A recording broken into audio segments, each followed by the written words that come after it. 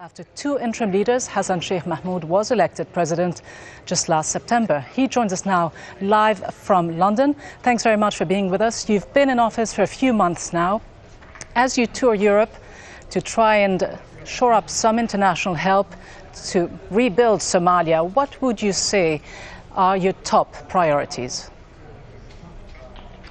Thank you very much. I have been in Europe in the last 1 week from Brussels to London, and we have been discussing with the top priority issues of Somalia with the European leaders. And we presented our views of moving Somalia from relief to recovery and starting a new beginning for Somalia. And we presented the top priorities of my government, which is security, judiciary reform and public finance management, among many other priorities. So this was the most important trip I made in recent times, next to the one I made in the United States. And the responses we are receiving from the European leaders is very, very positive and encouraging.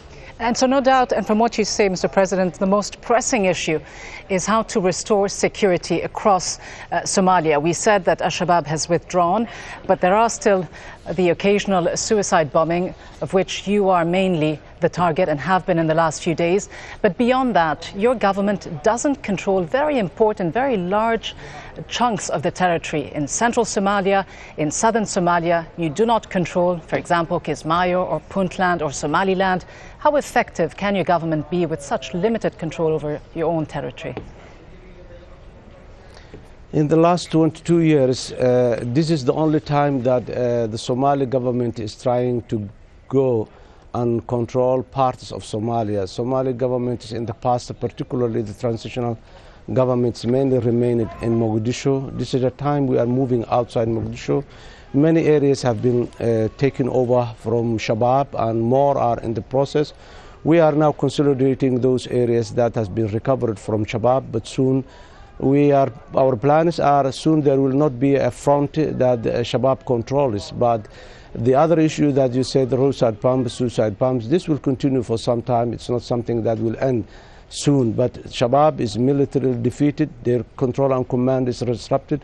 Their source of income has been closed. So we are in a far, far better position than any other government in Somalia has been in a very short period of less than 5 months. You say you're in a better position, but of course that is with the help of African troops. Don't you perhaps need to look, as many people have suggested, at a long-term solution, perhaps a process of reconciliation in order to bring all of these different regions under your own central command?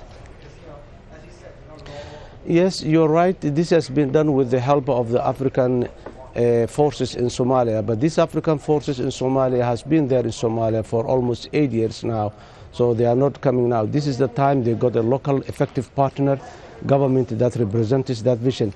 And on the other hand, our strategy is not based only on the war front. We are mobilizing the society, and we are working on two parallel lines of reconciliation. What is political reconciliation, and the other one is social reconciliation. That is also underway. It's not the military operations that we are working only. And you've often said that one of your top priorities is to strengthen the justice system, the judiciary. Yet many in Somalia, and international organizations as well, say that your government is trying to intimidate journalists and that you are doing absolutely nothing or virtually nothing to investigate these killings. Let me just give you the numbers that are out there. You've had 14 deaths of journalists recorded in 2012, and you've had journalists as well kept in jail under your watch.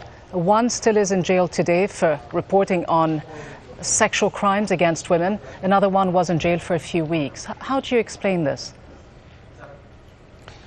First of all, one has to realize that Somalia has been without a functioning state institutions for over 22 years. We are in office for 5 months only. I know in the history of Somalia, Mogadishu has been the most secure place in the African continent. And I remember when our ladies were moving in the streets freely without any hazard. I'm very much disappointed today the histories that are going on in Somalia. But the realities in the ground sometimes dictate that we cannot do whatever we want. This case is very unique one. I'm very much disappointed, and I'm sorry. I don't have the the details to let you know now, but what I know is that we have a legal system. It's weak, there is an issue of capacity, it's new, but even then with that weak system, I'm an elected president and I don't have the right to interfere the judiciary system. What can do today, I'm in England, what I'm in UK, what David Cameron can do in a court case, what Her Majesty can do in a court case. The same, I just want to wait what the results are. If the results of the courts are not satisfied, there are so many other ways that we can review and we can, but for me, I'm not very happy, and I have a track record on the case of the human rights, on the case of women development. My government is the only government so far that have proven that it's very much interested and very much committed to promote women, let alone rape or any violence. On this issue, Mr. President, if I may just interrupt, because it's an important issue that affects very many women in your country, sexual abuse against them, rapes. According to the United Nations, there have been 1,700 cases of women raped in camps for the internally displaced in Mogadishu itself, and many people believe that your government is doing nothing to hold anyone accountable. Let me just read for you a quote by the UN Special Representative of the Secretary General on Sexual Violence in Conflict. She says there's a culture of denial, silence and stigma when it comes to rape, and that many of these cases were actually perpetrated by men wearing uniform, by government forces, in other words. What are you doing to put a stop to this?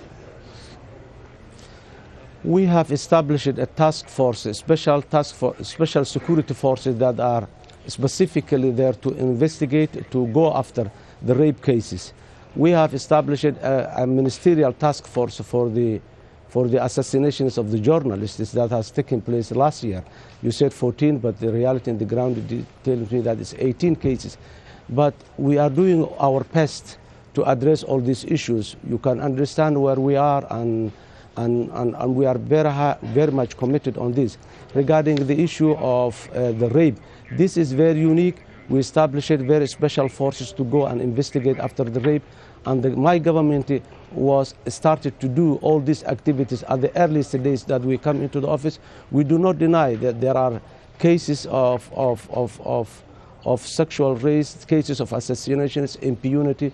All this was there before we come, but Mr. President, but the question is, and very briefly, if I may, and forgive me again to interrupt you, there is the case today of an alleged rape victim who's been charged and is sitting in jail for, quote, offending the honor of a state institution, and she could stay in jail for 9 years. How do you protect women from rape by putting them in jail?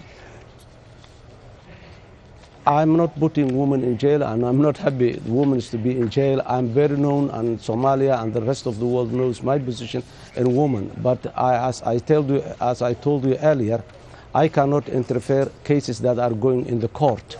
I have no right to do that. There are power separation in the new Somalia, and the culture we are going to develop is not to interfere the courts. Of course, there can be weaknesses in a country that has been without functioning state for 22 years. We are going to remedify whatever mistakes in place. But my interference to the judiciary system does not help to solve the problem. The problem is setting up the institutions, reviewing. If there are mistakes, we rectify. But me to interfere the justice system will never help the rule of law in Somalia.